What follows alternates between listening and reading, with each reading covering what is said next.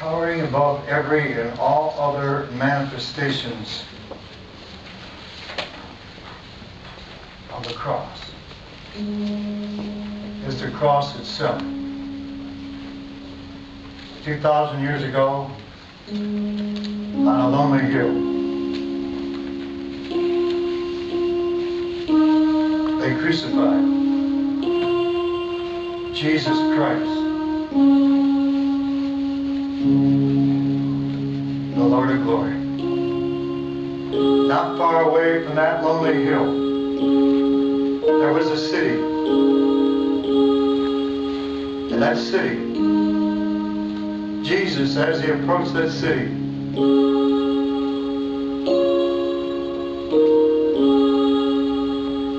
as he looked at that city,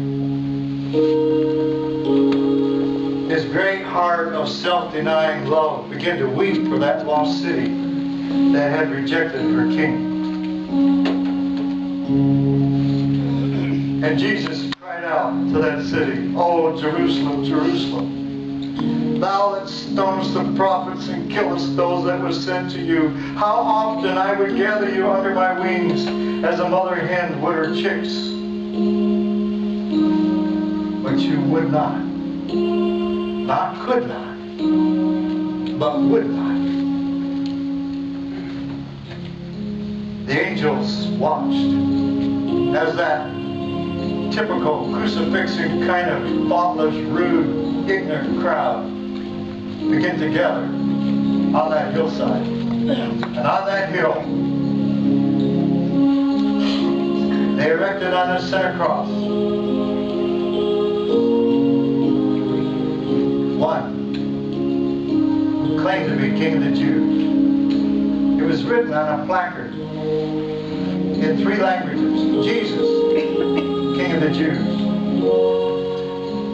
There were 2 other crosses erected on that hill, and on those crosses, crucified symbolically, the whole human race.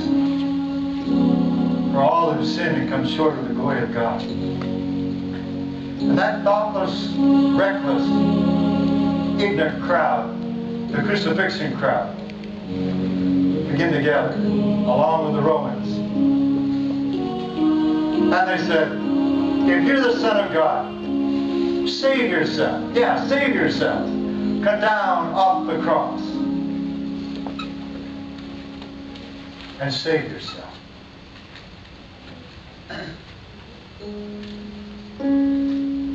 Save yourself is the principle of the kingdom of Satan. The kingdom of force.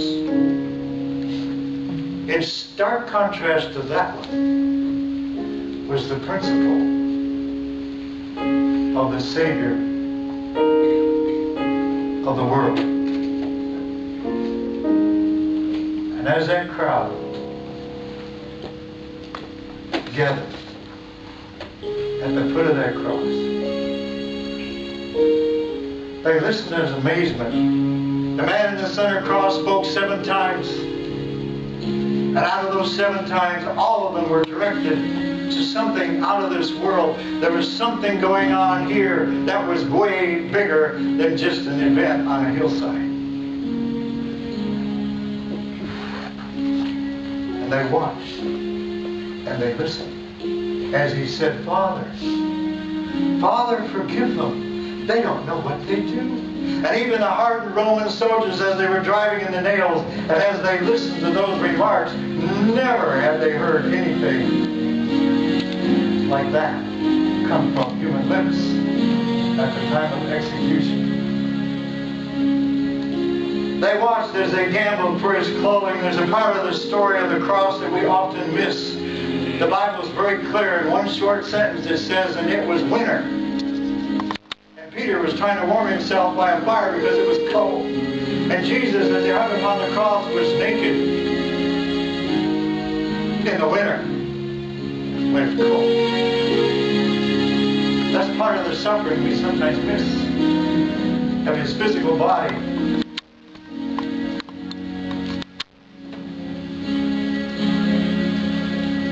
And they watched. Finally, the thieves picked up the same charge. Yeah, if you're the Savior God, save yourself and us and come down off the cross. And finally one of them said, don't you fear God?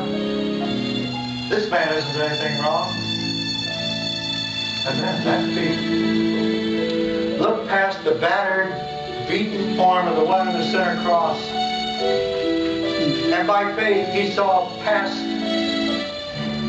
the lacerations, past the crown of thorns. And he saw hanging on the center cross the Lamb of God who takes away the sins of the world. And that thief cried out, Lord, that means boss, supreme authority, Lord, remember me when you come into your kingdom. He believed that that sinner one had a kingdom and he wanted to be part of it. He was the only one to call Jesus Lord at the cross. And back came the answer today. When it looks like I can't save anyone, today I give you the assurance, the certainty, you will be with me in paradise. And that thief died on the safe side. And the other thief died lost.